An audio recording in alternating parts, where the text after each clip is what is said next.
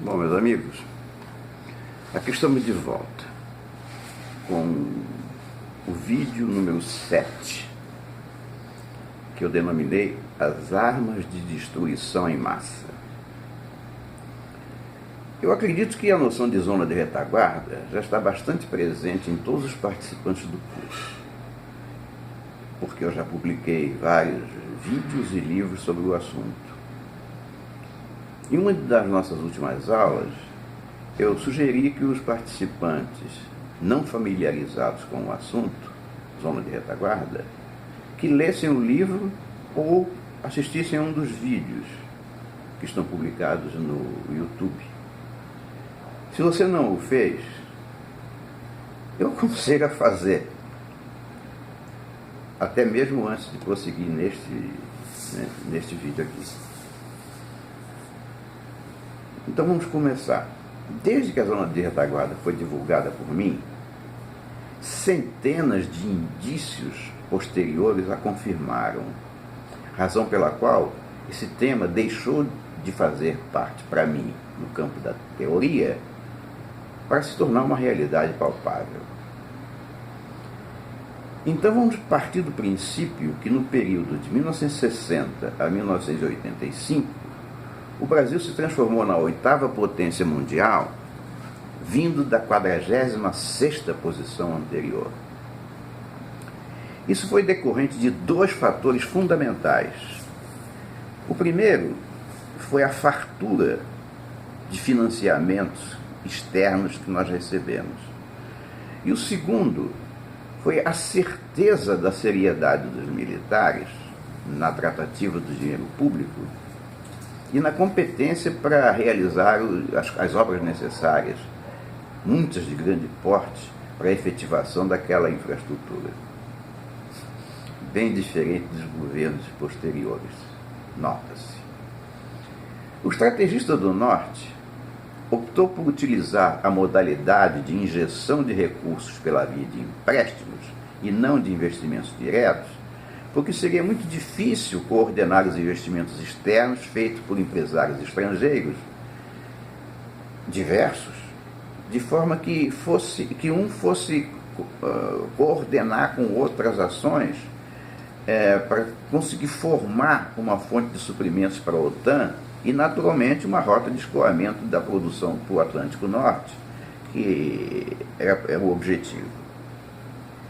No caso de empréstimos, o estrategista do Norte sabia perfeitamente que os militares brasileiros conheciam muito bem as nossas necessidades de desenvolvimento, o que afinal era o que a OTAN desejava, já que não seria possível contar com uma zona de retaguarda que não fosse capaz de produzir tudo aquilo que se faria imperativo e necessário, urgente.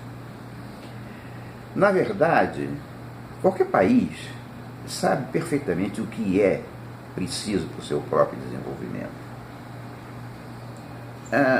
Nos países menores, normalmente o que acontece é uma de duas coisas. Ou falta o dinheiro necessário para investir na infraestrutura, ou o dinheiro existe, mas é desviado para os bolsos da elite do poder, cuja ganância é muito maior do que o seu patriotismo. Mas esse é um filme que nós já vimos, né? Nos últimos anos aqui no Brasil, então, nós vimos um bocado esse filme do desvio de recursos públicos. Naquele tempo, os governos do Brasil eram sérios. De modo que o dinheiro que veio de fora para financiar o nosso desenvolvimento realmente financiou o nosso desenvolvimento. E isso todo mundo hoje já sabe. É uma pena que os nossos jovens de hoje tenham sido enganados durante tanto tempo e tanto, porque isso embota a capacidade deles de discernir politicamente as coisas. É uma pena. Mas voltando ao assunto. A formação da Zona de Retaguarda Brasil partia da premissa de que a atmosfera terrestre obedece a princípios que independem da nossa vontade. A atmosfera do hemisfério norte e do hemisfério sul não se misturam jamais, né? E isso significava que a eclosão de uma guerra nuclear ao norte, no hemisfério norte, devastaria apenas aquela metade do planeta. A outra metade seria preservada, e é onde o Brasil está. É importante agora fazer menção às bombas nucleares existentes naquela época. Vocês lembram as bombas de Hiroshima e Nagasaki, que provocaram aquela hecatombe nas duas cidades? E sabem também, já sabem, que hoje elas são consideradas muito pequenas, apenas espoletas das bombas atuais. No tempo da Guerra Fria, a corrida armamentista entre a OTAN e Pacto de Varsóvia, mais especificamente entre Estados Unidos e União Soviética, ela visava os ICBM, mísseis balísticos intercontinentais, tornando-os cada vez mais poderosos e mais numerosos. O alcance do bombardeamento passava a ser mundial. Um míssil podia atingir qualquer lugar do planeta a qualquer hora. E cada um deles levava de 8 a 10 ogivas nucleares, cada uma dessas ogivas de 8 a 10 megatoneladas. Isso é um poder destruidor muito maior do que as bombas de Hiroshima e Nagasaki. E a gente sabe que durante aquele tempo da Guerra Fria, a paz residia exatamente na capacidade de cada um deles de, se atacado, retaliar. Então a paz repousava sobre a capacidade de retaliação. Mas as estratégias e materiais dedicados a ela para ataque e defesa se proliferaram de uma maneira assustadora. O lançamento dos mísseis tinha um tripé. Ele podia ser lançado da terra, dos silos terrestres, podia ser lançado de submarinos e podia ser lançado pelos superbombardeiros que estavam permanentemente no ar, 24 horas no ar, tanto de um lado quanto do outro. Nós já sabemos também que o fato da OTAN dispor da zona de retaguarda Brasil foi que levou os Estados Unidos, na figura de Ronald Reagan, a lançar um desafio fatal para a União Soviética de lançar o projeto Guerra nas Estrelas. Materializado esse projeto, não havia mais capacidade de retaliação da União Soviética. Então, como eu disse que a paz residia na capacidade de retaliação, não teria mais nenhuma garantia de paz com a construção do escudo espacial americano. Isso levou a União Soviética a um terrível impasse. Ou ela atacava desde logo, ou ela simplesmente tentava tirar os recursos que os Estados Unidos tinham alocado para a construção do escudo espacial. Atacar desde logo não pareceu uma boa ideia, porque a Rússia sabia perfeitamente que os Estados Unidos, a OTAN, já tinha uma zona de retaguarda potente, o Brasil, capaz de suprir o desastre do pós-guerra. E ela, União Soviética, não chegava nem perto disso. Então, a solução foi acabar com o comunismo. Todos nós já sabemos que o Gorbachev promoveu a perestroika, a glasnost, e conseguiu com isso que o Congresso americano retirasse a maior parte das verbas dedicadas ao escudo espacial.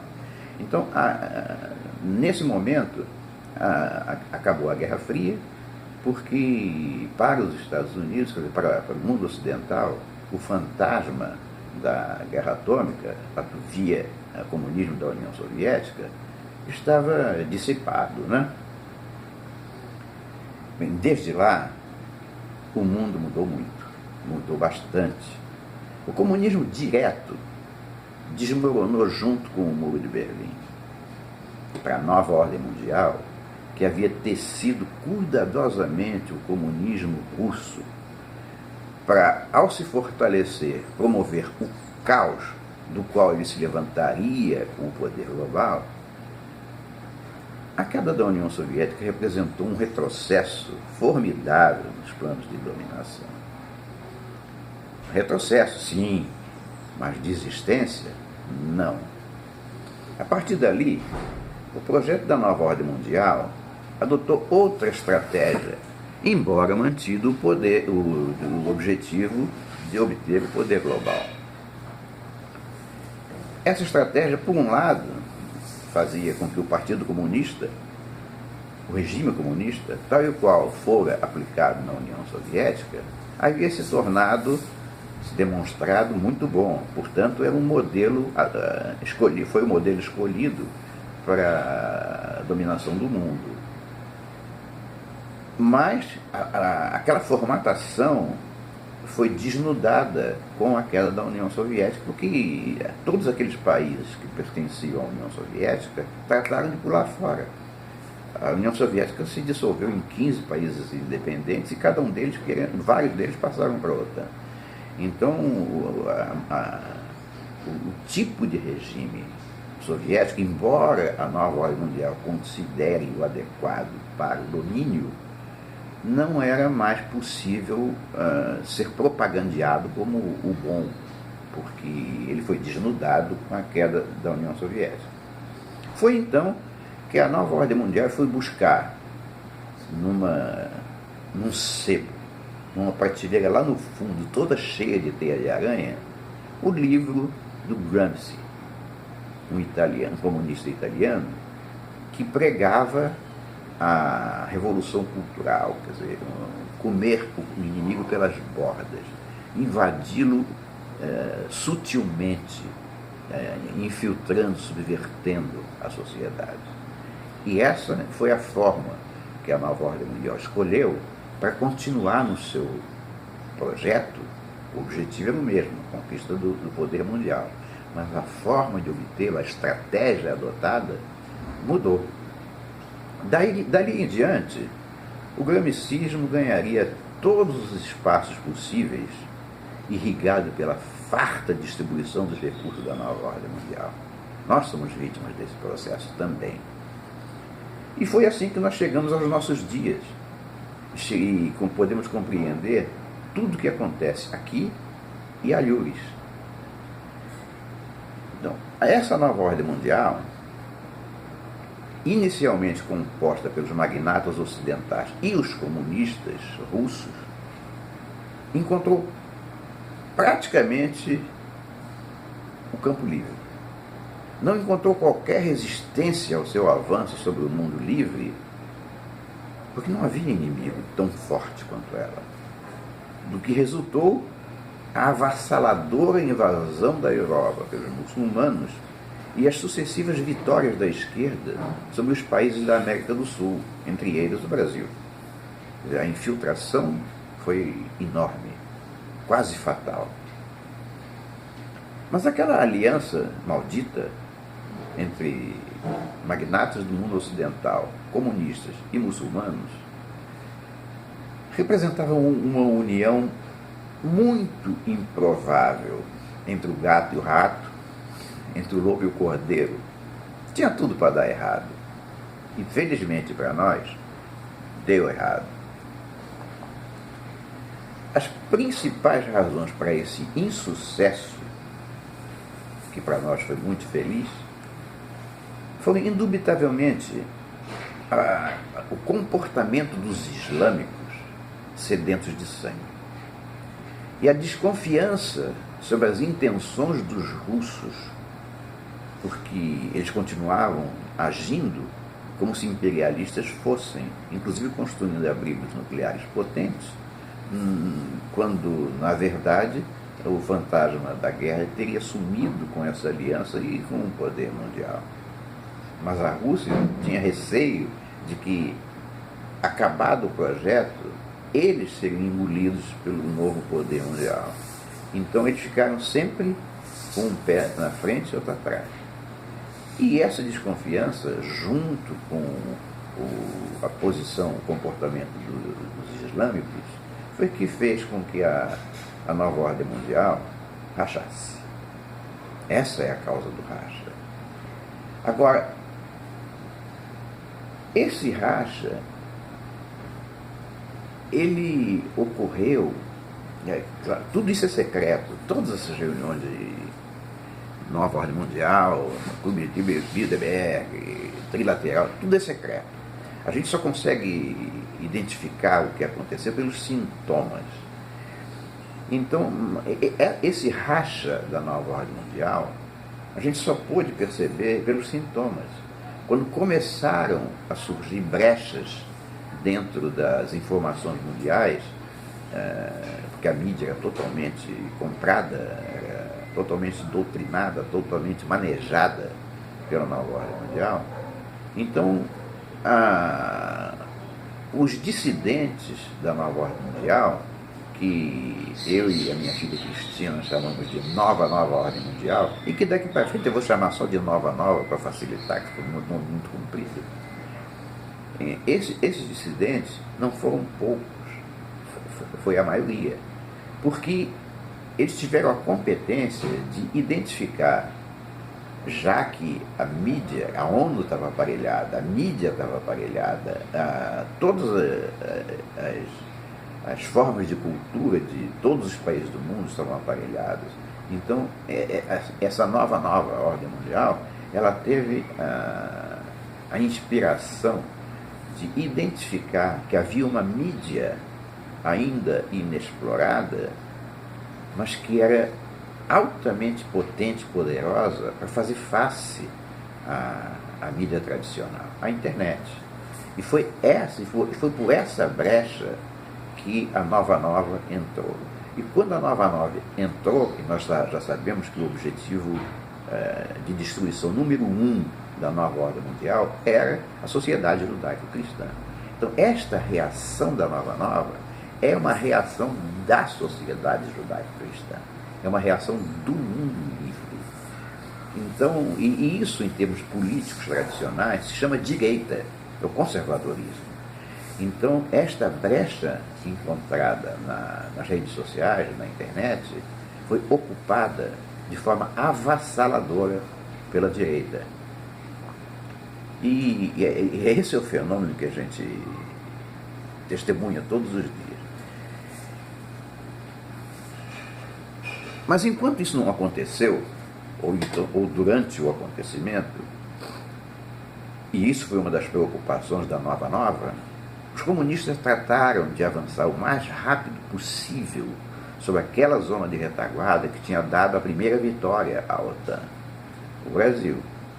Então, todo o processo do bolivarianismo, que se diz que nasceu no Foro de São Paulo, através de uma aliança entre Fidel Castro, o Chaves e o Lula, não é bem verdade.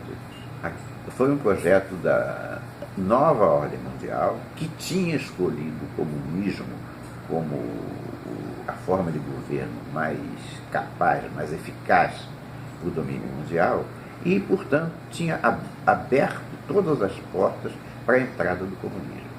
E assim o comunismo entrou na América Latina. Mas não conseguiu entrar de forma contundente no Brasil. E a gente já sabe por que não entrou de forma contundente.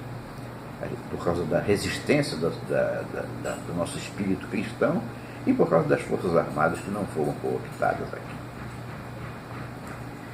Então, o panorama mundial teve reflexos enormes aqui no Brasil. E é por isso que eu não canso de afirmar: a direita está em ascensão, a esquerda está em queda. Os comunistas não conseguiram dominar o Brasil, que era a zona de retaguarda desejada. E nem conseguiram mais. Passou da hora. Hoje, a arrumação das peças nesse tabuleiro de xadrez já nos permite respirar aliviados. As mãos que nos estrangulavam, que nos sufocavam, de repente tiveram que nos soltar para se preocupar com a própria defesa, que estava agora em risco com a Nova.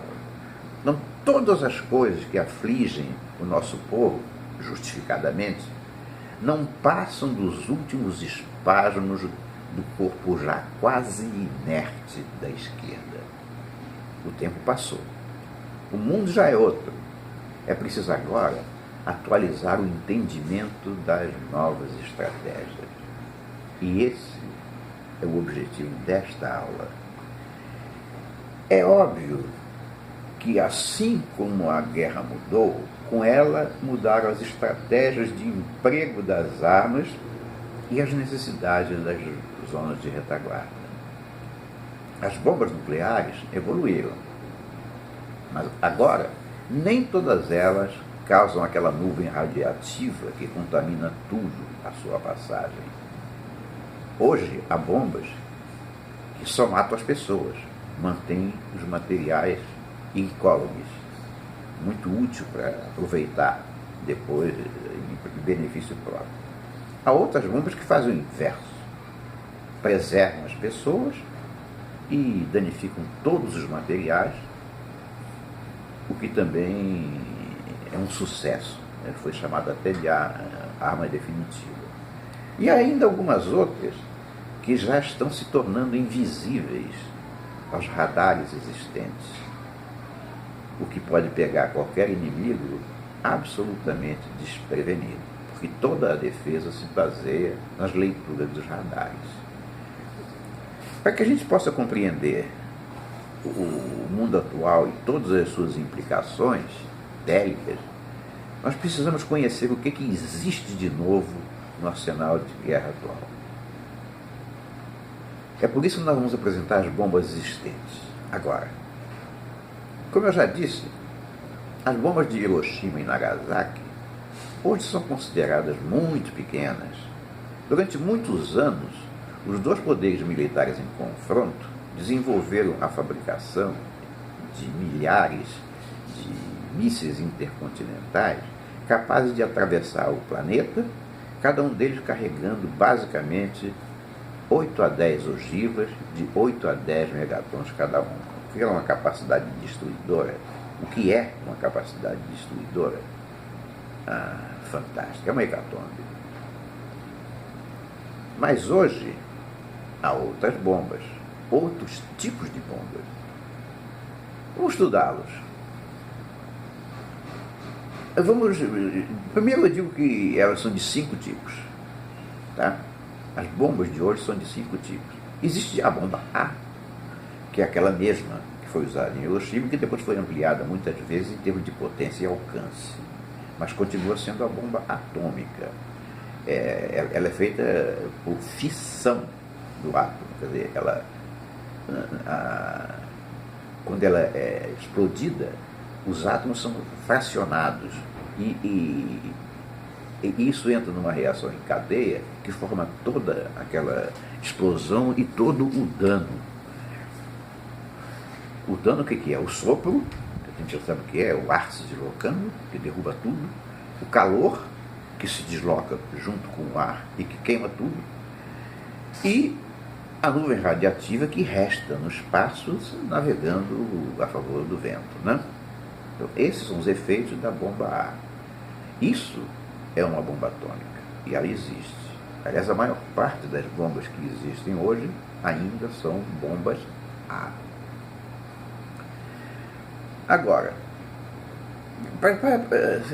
a gente costuma usar o modelo de 1 megaton, é um modelo mundial para ensino dos efeitos da bomba atômica. E esse modelo mostra que praticamente todas as pessoas que estão abrigadas sobrevivem. As que estão desabrigadas, dentro de um raio de 3, 7 e 12 quilômetros, vai aumentando, diminuindo a mortalidade, mas os feridos são muitos. E eu já apresentei para vocês esse modelo de bomba de 1 megaton. O importante é dizer que todas as pessoas, para as pessoas desabrigadas, as perdas vão ser enormes e o dano material incalculável.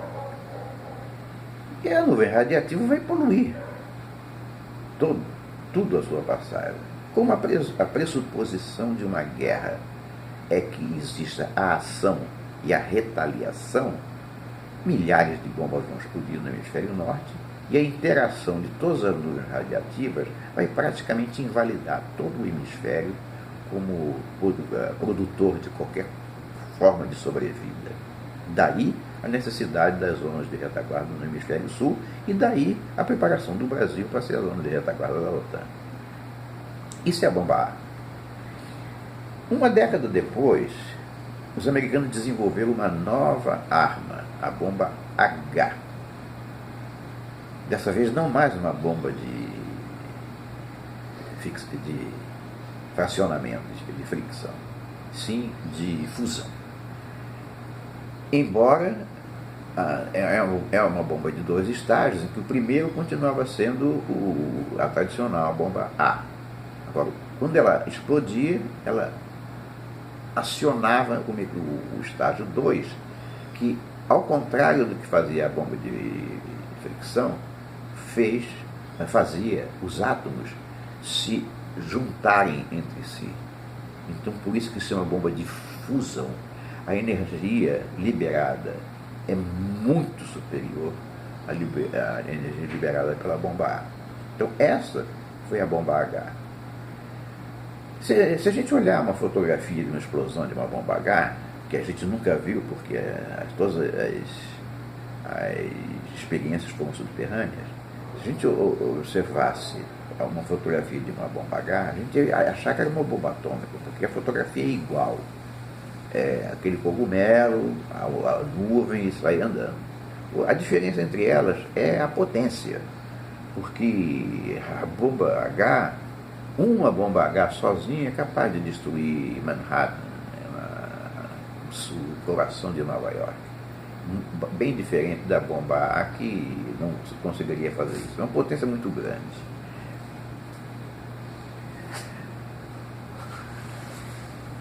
Esse fenômeno da fusão nuclear é o que acontece com todas as estrelas, inclusive com o Sol.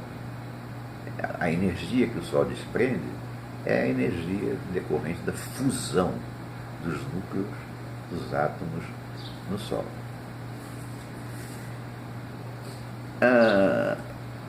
Eu já disse que ela também detém a fissão.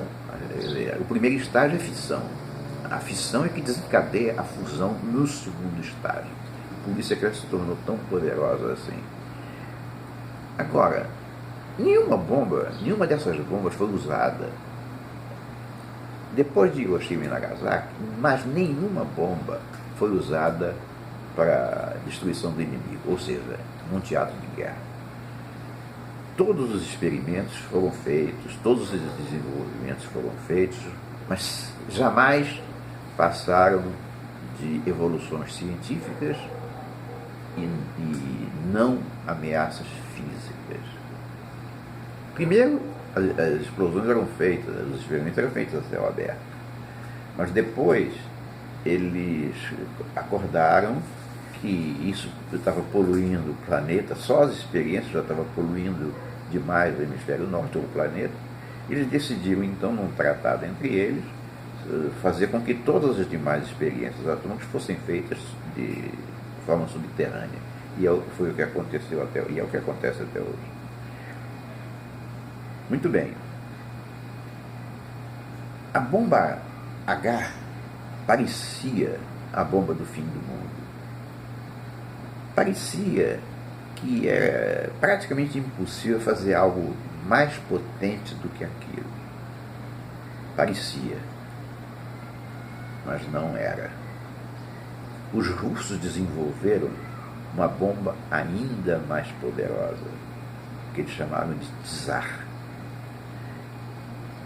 A bomba Tsar já não tem mais 2 estágios, são 3. E ela se tornou muito, muito, muito poderosa. Esse nome Tsar, por sinal, foi dado em homenagem ao Tsar, o Ivan o Terrível, porque a bomba é terrível, então apelidaram a bomba de Tsar.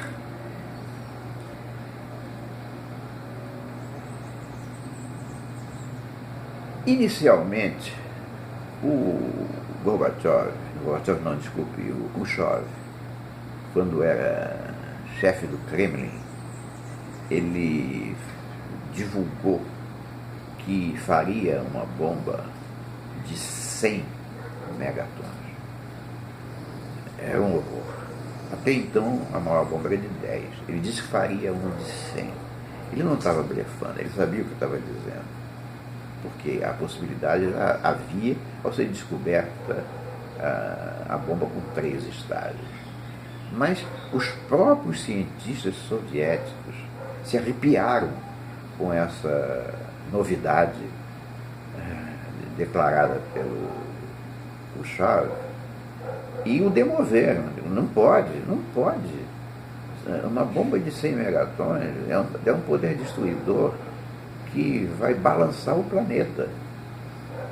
Vai fazer um tornado de fogo praticamente irresistível. Então a gente não pode imaginar as consequências. Então o Khrushchev, num rasgo de bom senso, decidiu que produziria a bomba Tsar de 50 megatons. E cobrou, já que ele prometeu, ele cobrou dos cientistas muita urgência nisso.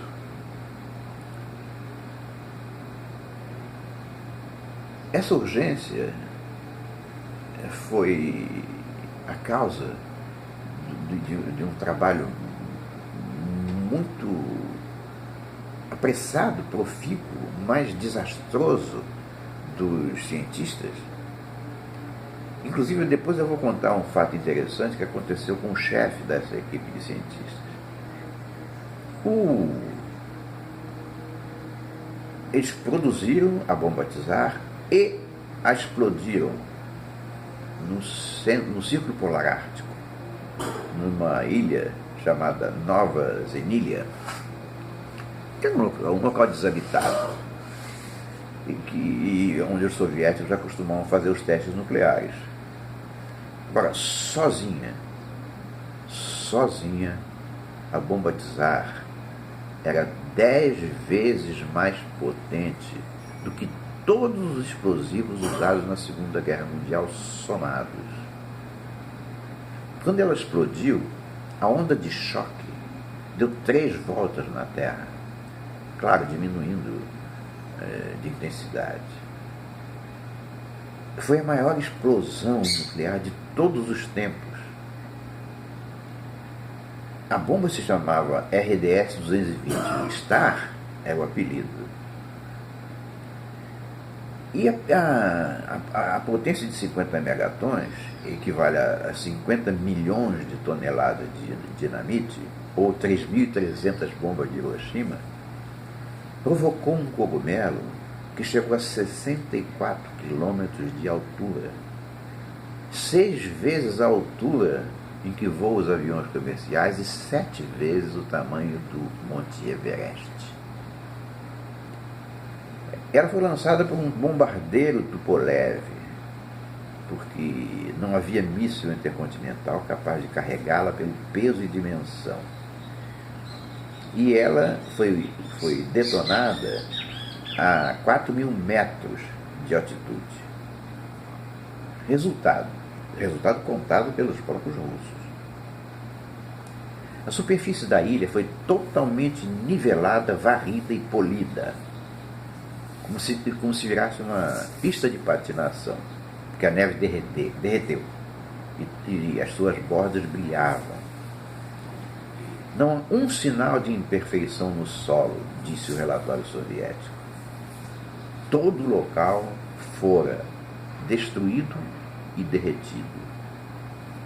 O clarão foi avistado a 1.000 quilômetros de distância. Qualquer pessoa que estivesse num raio de 100 quilômetros do centro dessa explosão teria sofrido queimaduras no mínimo de 3º grau. Esta foi a bomba Tsar, a maior bomba já explodida no mundo. Agora, o físico nuclear, que era o chefe da equipe, se chamava Andrei Sakharov. E ele, pela pressão do Kremlin, trabalhou, praticamente sem pensar em nada. Mas depois que essa bomba foi testada, ele percebeu a coisa demoníaca que ele havia criado. Isso mudou inteiramente a vida dele. A partir dali, ele se tornou um ativista anti-armas nucleares. E em 1976, por causa disso, ele recebeu o Prêmio Nobel da Paz. Agora, a bomba Tsar se demonstrou muito poderosa, mas aparentemente foi um blefe, foi pictórico. Foi uma manobra política dos russos, porque ela não teria nenhum emprego na vida real. Por quê? Porque não havendo míssil balístico intercontinental capaz de suportar o peso dela, o transporte tinha que ser feito por aviões superbombardeiros, que são muito lentos quando comparado a um míssil. E, sendo muito lento, ele é alvo fácil para a defesa antiaérea inimiga. Então, foi uma bomba construída para não ser usada. Mas o efeito psicológico que essa bomba causou no mundo foi tão grande que todos os países, todos os governos resolveram lutar por uma contenção da corrida espacial. E se os americanos respondessem com uma bomba maior ainda? Então, ironicamente, a bomba Tsar serviu para, posteriormente, a assinatura dos tratados de não proliferação de armas nucleares para acabar com a corrida armamentista. Ela foi um divisor de águas. Ela serviu para acabar com a escalada nuclear. Claro que os americanos e russos continuaram testando artefatos nucleares, mas não mais a céu aberto, passaram a ser obrigatoriamente subterrâneos e com armas com ogivas de muito menor poder. Hoje, por conta desse desdobramento de não proliferação de armas nucleares, os Estados Unidos possuem aproximadamente 5.000 armas nucleares e os russos 3.000. Quase 10 vezes menos do que eles tinham na década de 60. A Guerra Fria ainda duraria 3 décadas, mas a desenvolver bombas cada vez maiores tinha parado ali, graças a Tsar. Mas se o tamanho das bombas, do poder das bombas, havia sido diminuído, a ferocidade delas não. Os americanos criaram uma nova arma nuclear igualmente assustadora, a bomba de nêutrons. É uma bomba H, é uma bomba de hidrogênio. O seu nome técnico é bomba de radiação aumentada. O bombardeamento por nêutrons, que é o que essa bomba de nêutrons provoca, ela provoca a morte imediata de todos os organismos vivos e preserva todos os materiais no seu campo de ação. Ela é projetada para matar, causando o mínimo possível de dano a prédios e construções em geral. É uma bomba de fusão termonuclear. E ela pode liberar até 80% da sua energia sob a forma de nêutrons. E são esses nêutrons os responsáveis pela matança da vida. Isso tornou possível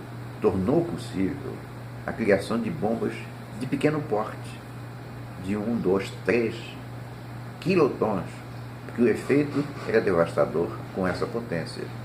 Não precisava mais que isso. E uma bomba desse tamanho, de 1 quiloton, 2, 3, facílima de transportar e também facílima de lançar por canhões, lançadores de mísseis, coisas mais leves. E, portanto, ela foi desenvolvida basicamente para ser uma bomba de uso tático, num campo de batalha específico, e não a nível mundial, nos mísseis balísticos intercontinentais. Na verdade, os Estados Unidos desenvolveram essa bomba para conter um possível avanço soviético sobre o território da Europa Ocidental. Porque a bomba de nêutrons,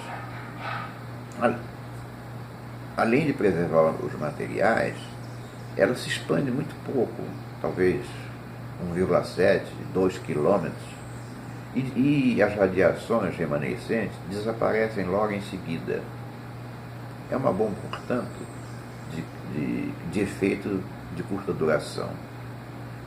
Por isso é que a chamaram de arma limpa, o que é, obviamente, um contrassenso, né? Além dos Estados Unidos, também a Rússia, a França e a China possuem essa tecnologia. Essa bomba é um perigo, porque nada impede que ela seja usada num conflito isolado geograficamente, porque a contaminação posterior é pequena e vai ficar restrita a uma área também pequena. Então é possível usar numa guerra normal. É por isso que ela é um perigo. Ela foi desenvolvida por um camarada chamado Samuel Cohen, dos Estados Unidos. Agora, a bomba de nêutrons, depois eu vou explicar por quê. Ela tinha um grande problema. Tanto que em 2003, todas as bombas de nêutrons estavam desativadas nos Estados Unidos. A França, que já testaram uma bomba de nêutrons, resolveu não produzi-las. A China e a Rússia desenvolveram a bomba de nêutrons, mas não prosseguiram com o projeto.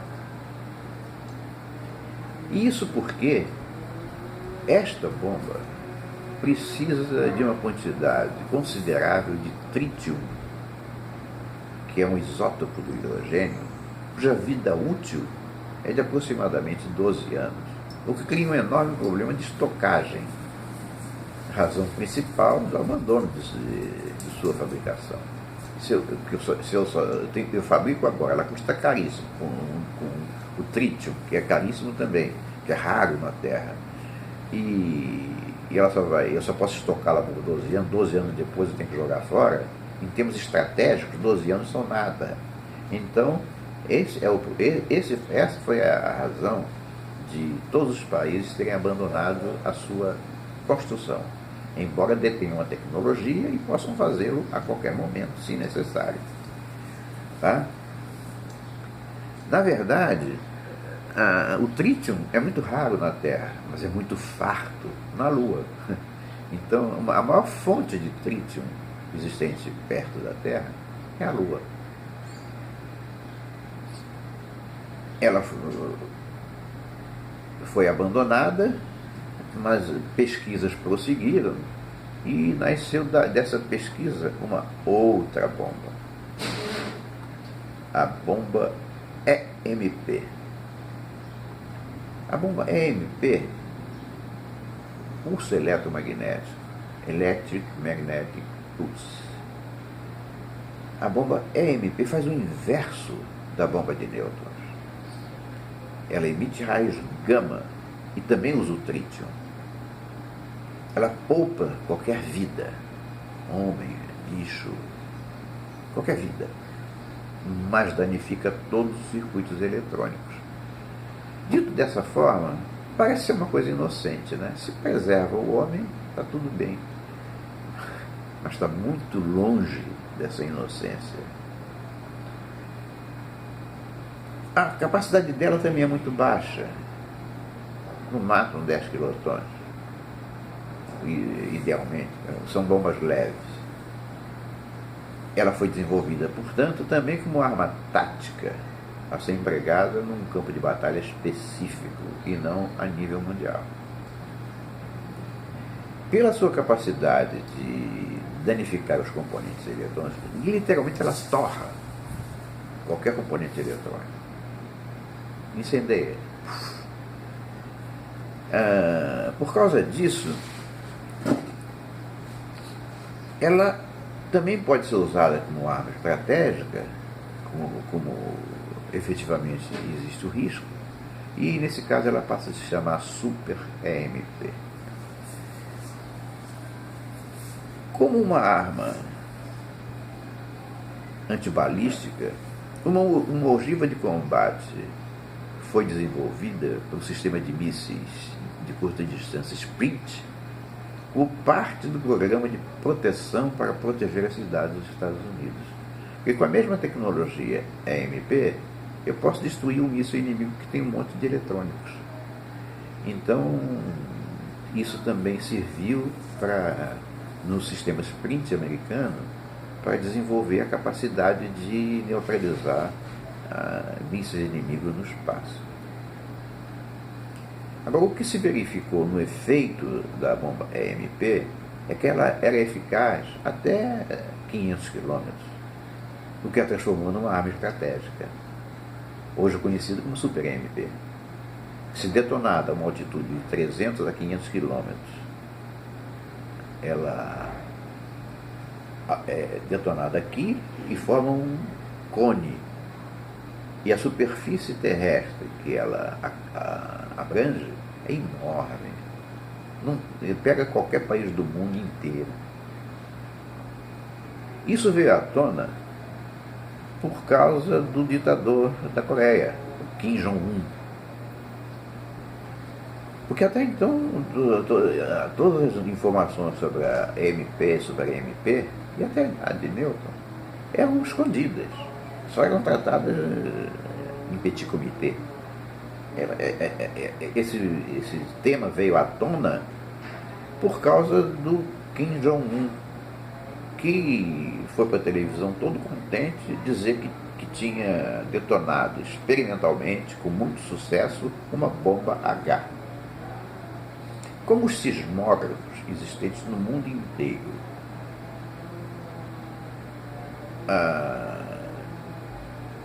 mostram a potência de uma explosão nuclear subterrânea, todos os sismógrafos apontaram que a explosão da bomba norte-coreana tinha sido da ordem de 10 quilotons. E como uma bomba H, uma bomba de hidrogênio, tem uma potência muito, muito, muito superior a isso, a crítica americana, os especialistas em guerra e os próprios militares americanos, estes não inocentemente, declararam que aquilo era uma mentira, que a potência espalhada pela explosão da bomba norte-coreana demonstrava que ser muito pequena para ser uma bomba H. Portanto, ele estaria mentindo. Mas vocês devem estar lembrados perfeitamente que no ano passado, 2016, começaram a aparecer notícias do planeta Nibiru, notícias do crash do Deutsche Bank, que levaria em cascata todos os bancos do mundo ocidental.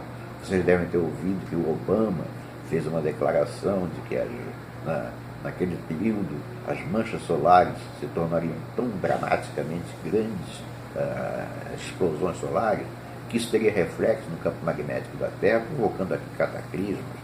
E todos eles dizendo para estocar comida, água e alimentos. E vocês estão lembrados que a Angela Merkel, na Alemanha, mandou a população alemã estocar comida para... Primeiro falou 10 dias, depois ampliou para 15. Vários países disseram a mesma coisa. Na época, eu mesmo disse num vídeo que eu não acreditava em tanta coincidência. Quer dizer, vai ter planeta, crash bancário e tempestade solar junto, assim, no mato. Então, eu atribuí aquelas notícias a o que eu chamei de um alerta misericordioso à população mundial, para estocar comida, alimento e dinheiro por causa de um cataclisma que estava por vir. E para mim, esse cataclisma se chamava guerra nuclear. Pensando nisso, é que eu e a torcida do Flamengo inteira começamos a pensar na declaração do Kim Jong-un, da Coreia. Porque um dos maiores especialistas americanos em bomba super MP, chamado Peter Vincent Fry, que além de ter sido da comissão de análise da bomba super MP, ele também pertence ainda à comissão do Senado que trabalha em cima disso. Então, palavra mais confiável não existe. Mas ele deu uma entrevista, um hangout, ao jornalista, como é que é o nome dele? Jeffrey Nyquist, e que junto com o nosso Alan dos Santos, nessa entrevista, ele projetou para o mundo qual é a realidade. Como era ele que estava falando, todo mundo botou as barbas de molho e começou a acreditar. Primeiro ele descreve o que era uma bomba super MP, porque ninguém sabia. Ele disse que inicialmente só os Estados Unidos e a União Soviética que dispunham dessa arma. Mas ele afirmou que em 2004, membros da comissão do Congresso da MP receberam a visita de 2 generais russos, que eram os melhores especialistas da Rússia nessa tecnologia. E esses generais revelaram que a Rússia tinha a nova arma nuclear definitiva, a Super MP. E disseram também que um acidente, esse segredo havia vazado para a Coreia do Norte. É claro que não foi nem uma coisa nem outra. Quer dizer, os generais falarem para os Estados Unidos, de graça, que tinha uma bomba super MP, era para provocar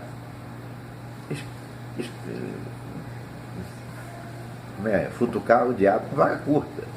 Era para assustar os americanos. E falar que houve um vazamento para a Coreia do Norte era um recado, quer dizer, olha, agora o perigo não somos só nós. A Coreia do Norte passou a ser um perigo nuclear para vocês também. Então, óbvio que foi isso. Mas foi o que aconteceu. Agora, no que tange a defesa antimíssil, não tem para ninguém. Os americanos são imbatíveis. Tanto que esses mísseis Patriot, que são mísseis antimísseis, que são usados largamente por Israel para destruir os mísseis palestinos ainda no caminho, e foi colocado também na Coreia do Sul, foi colocado no leste da Europa para fazer frente a qualquer ataque vindo da Rússia, e também no Alasca e no Canadá para fazer face aos mísseis que vinham via Polo Ártico. Então, todo mundo sabia, os russos inclusive sabiam, que as defesas antimísseis americanas eram as melhores existentes. Então, a possibilidade de ser lançado um míssil com uma bomba sobre os Estados Unidos, a possibilidade existia, mas a probabilidade dessa bomba ser destruída no ar também era alta. Então, os russos desenvolveram um negócio chamado Sistema de Bombardeio de Órbita Fracionária. O que é? Porque um míssil tem uma rota, ele descreve uma parábola no ar. Qualquer tiro descreve uma parábola no ar. O míssil também descreve uma parábola. Então, os radares identificam um míssil em contraposição a um avião que está em voo, porque o míssil descreve uma parábola.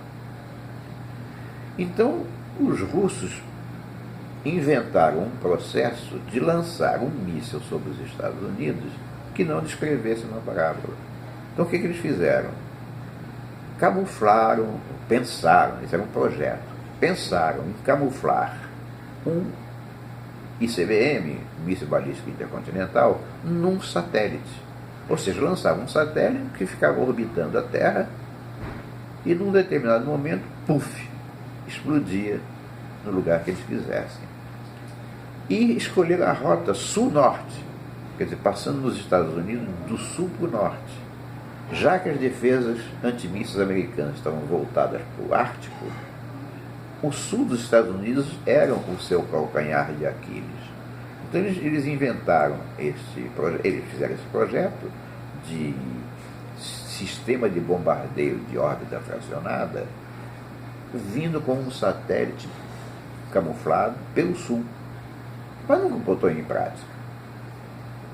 Mas acontece que também esse projeto, de repente, estranhamente vazou para a Coreia do Norte. Olha que vazamento estranho, olha quantas coincidências. Primeiro, eles vazaram a bomba Super MP. Depois, eles vazaram o sistema de bombardeio de órbita fracionada. É claro que os coreanos poderiam, como todo mundo suspeita que fizeram, aproveitar essas duas coisas. Se ele detinha a tecnologia da Super MP, se ele tinha feito testes com bomba H de 10 quilotons e disse que foi bem sucedido, e se ele colocou em órbita um satélite KMS-32 em 2016, a Coreia estava com todas as premissas para ter uma arma Super MP passando em cima do coração dos Estados Unidos sistematicamente por uma órbita polar. E esse satélite navegava em torno do mundo a uma altitude de 300 quilômetros, que era a altitude ideal para a detonação dessa arma, porque ela detonada a 300 quilômetros, um cone formado pega todos os Estados Unidos, grande parte do Canadá e norte do México. E uma só bomba dessas, de 10 quilotons, simplesmente torraria todos os circuitos eletrônicos de toda essa área. E foi o Dr. Fry que botou isso na mesa. Ele jogou para o mundo essa informação. Ele não quis que ficasse guardada em reserva. Eu não sei se ele fez isso com ordens, com autorização, ou se ele fez isso por conta própria porque achou que o mundo deveria saber. Muito bem. A ameaça, portanto, não era meramente teórica. Ela pode muito bem ser real. Mas nesse caso, o que aconteceria com os Estados Unidos? Para responder essa pergunta, foi criada uma comissão do Congresso americano de nome EMP. Essa comissão chegou à conclusão que caso uma bomba Super EMP fosse detonada a 300 km de altitude sobre o coração dos Estados Unidos, no prazo de um ano, apenas um entre 10 americanos teria sobrevivido. Os demais teriam morrido de acidentes, poluição de água sem tratamento, fome, doenças, vandalismo, etc. Um em cada 10 americanos. Talvez você ainda não tenha se dado conta do que significa o derretimento de todos os circuitos eletrônicos. Se derreter todos os circuitos eletrônicos de uma cidade, de um país, aviões não podem mais voar. Os que estiverem no ar vão cair. Trens não podem mais rodar. Automóveis, caminhões e ônibus não podem mais rodar. A rede elétrica deixa de funcionar. O abastecimento de água deixa de funcionar. Telecomunicações e internet, nem pensar. Navios não podem navegar. Freezer, geladeira, máquina de lavar, eletrodoméstico de uma televisão, tudo isso acabou. Essa sociedade assim atingida num piscar de olhos, é enviada diretamente para o século XIX, quando não existia eletrônica. Uma diferença grande. No século XIX, os homens sabiam sobreviver assim, porque foi uma evolução. Agora, hoje, nós, homens modernos, não saberemos sobreviver sem eletrônica, por conta de tudo isso que eu falei. Então, é levar o país diretamente para o século XIX, mas num ambiente totalmente hostil e ele, homem, incapaz de utilizar os meios disponíveis para prover a própria sobrevivência. E foi essa a razão de todo o frisson que tomou conta do mundo em 2016, levando algumas autoridades mundiais a mandar estocar comida, água e dinheiro. Por um período de 15 dias. Por que um período de 15 dias? Porque eles pressupunham que em 15 dias eles poderiam movimentar todo um sistema de defesa civil capaz de evitar o caos, né? Capaz de, pelo menos, diminuir o caos. É importante dizer que os antigos abrigos nucleares, que foram construídos para proteção contra a bomba atômica, não são eficazes contra a super-EMP. Os raios gama que ela emite ultrapassam a blindagem, entram nos abrigos. E essa é a razão pela qual a Rússia e os Estados Unidos têm dedicado grande esforço para a construção e melhoramento dos seus abrigos, como é o caso que acontece na Rússia, nos montes Urais, e nos Estados Unidos, nas montanhas Cheyenne. Bom, essa aula foi dedicada a mostrar a vocês as armas mais modernas de destruição em massa, sem o que não seria possível falar sobre as potencialidades de um conflito mundial moderno, e muito menos daquilo que eu considero provável que vai acontecer daqui para frente. Preparação para a guerra é como uma contenda entre gato e rato. A cada evolução no ataque, há uma evolução correlacionada na defesa. O Brasil continua a ser uma peça de alta relevância estratégica, mas não é mais a única peça importante. Outras zonas de retaguarda serão necessárias e criadas. Talvez não tão importantes quanto o Brasil, mas ainda assim fundamentais. Até a próxima.